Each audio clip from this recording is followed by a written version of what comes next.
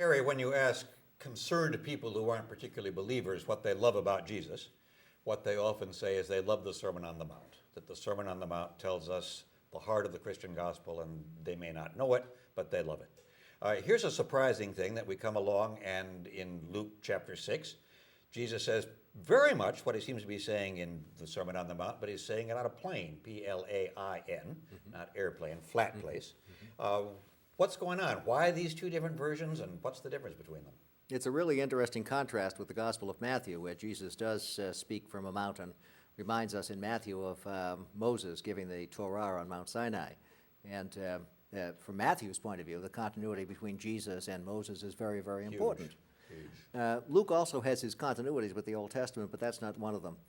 My hunch is that both Matthew and Luke had a source that gave an account of a major sermon of Jesus that had a lot of this material in it, and each of them frames this sermon in a way that's compatible with his understanding of how to tell the story of Jesus. So it's Matthew, I think, who adds the Mount theme. Okay. And also adds some other structuring elements to the story. For instance, in Matthew's Sermon on the Mount, we have the antithesis of old it was said, but I tell you. We don't have that in Luke. In Luke, we begin with the Beatitudes, and that's where Matthew begins as well.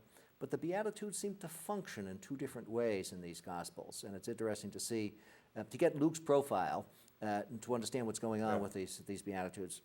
And again, the contrast, I think, is a way to do so. So in Matthew, you have, blessed are the poor in spirit, which is a way, I think, of suggesting a kind of attitude or behavior. You need to have a detachment from worldly goods. In Luke, in the Beatitudes, you have a judgment on a condition.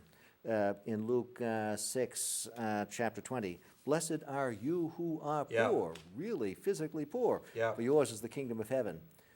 He goes on, blessed are you who are hungry now, for you will be filled. Not hungry for righteousness, but really hungry. So I think we have some continuity here between the sort of option for the poor theme that we had in the Magnificat and the Benedictus, and that we had in Jesus' sermon quoting the prophecy of Isaiah. There is a message of good news for the poor here. There's also, interestingly enough, a message of judgment for the rich. And this continues the theme of the mighty will be thrown down from their high places and the like. Because after the Beatitudes in Luke, we have a series of woes, which we don't have in Matthew. So Luke says, but woe to you who are rich, for you have received your consolation. Woe to you who are full now, for you will be hungry. Woe to you who are laughing now, for you will mourn. A very different prophetic tone from what we have in Matthew. So this form of beatitude or congratulatory formula works in different ways in the two Gospels and probably picks up two different emphases of what Jesus actually did and taught. I was going to do this. I'll do this once and once only in our conversation today. Do you have a guess on which comes closer to the words of Jesus, if we can get those? I think in general, Luke is probably a little closer to the original wording of Jesus in a lot of the material that he transmits. Not always, and in some cases it's a very tough call.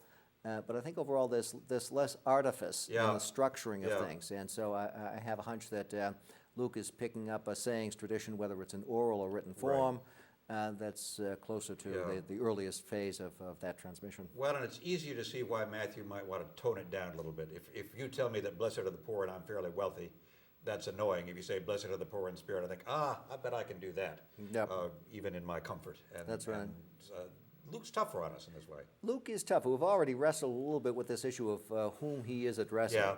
Is it the poor or is it the rich? And I've suggested that I think he is talking to a relatively well-to-do Christian community, and he has some tough words from them on occasion. Reminding them here that they stand under the judgment of Jesus, that they don't take their responsibility seriously.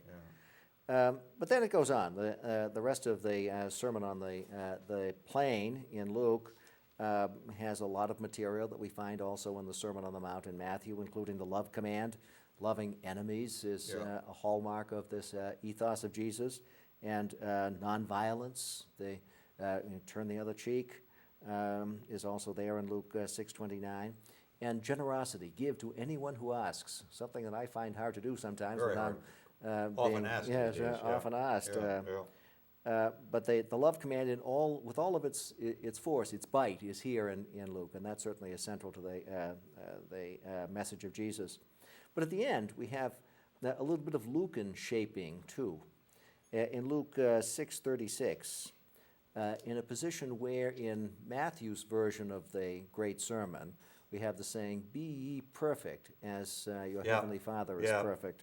We have Luke portraying Jesus as saying, "Be merciful, Yeah. just as your Yeah. Father is merciful."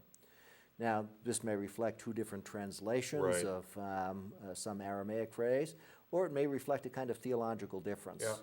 Perfection, I think, for Matthew is righteousness, adherence to the Torah as Jesus interprets That's it. right.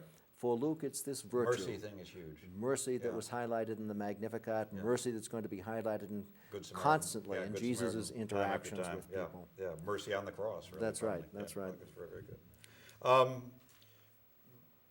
One theme, one story that we have in here that's only in Luke is in chapter 11, where Jesus raises a widow's son. You mean chapter 7? I mean, chapter 7, verse 11, where Yep. Jesus raises a woman's son. You want to say 2 words about that before we get to the parable?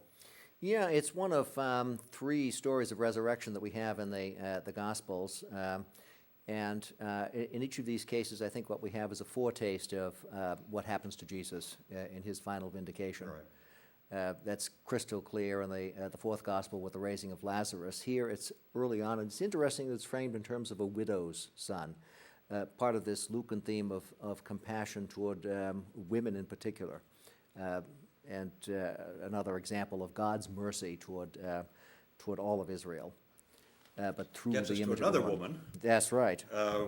Where a woman comes, she's invited, she's at a banquet, she takes down her hair's taken down, she wipes Jesus' feet. People say, this guy's a prophet, why couldn't you know she was a sinner? And Jesus tells a little story about sin and forgiveness. Sounds like a kind of paradigm of what Luke's up to in some ways. Absolutely. This is Luke chapter 7, verse 36 and following. And it's a story that's replicated in the Gospel of John, chapter 12, where the woman is identified as Mary, Yeah. Mary of Bethany. And later church tradition will conflate that Mary with Mary Magdalene. Mary Magdalene, who, by the way, is mentioned in Luke chapter 8 as one of the women who support the mission of Jesus. Mary, from whom 7 demons had gone out. But it's not explicit that the woman in chapter 7 is Mary Magdalene. So what we have is a sinful woman, marginalized, probably rejected by the Pharisaic establishment. The house in which Jesus is eating is owned by a Pharisee, according to 736. And Jesus insists that an essential part of his gospel is outreach to people even like this. When Luke is telling this story, he might well be telling it within an environment where the issue of the possibility of forgiveness for post-baptismal sin, especially serious sexual sin, is on the table. We know that that was a serious issue in the 2nd century in the church. And I think Luke is insisting that the message of Jesus is the message of radical compassion and forgiveness, even for the most serious of sins. Terrific. So this becomes a way in which, once again, in Jesus, God's mercy reaches out, to use Luke's language, far beyond the boundaries of what we would usually expect. Yes, indeed. It's exemplary of the whole gospel. In that sense, very powerful.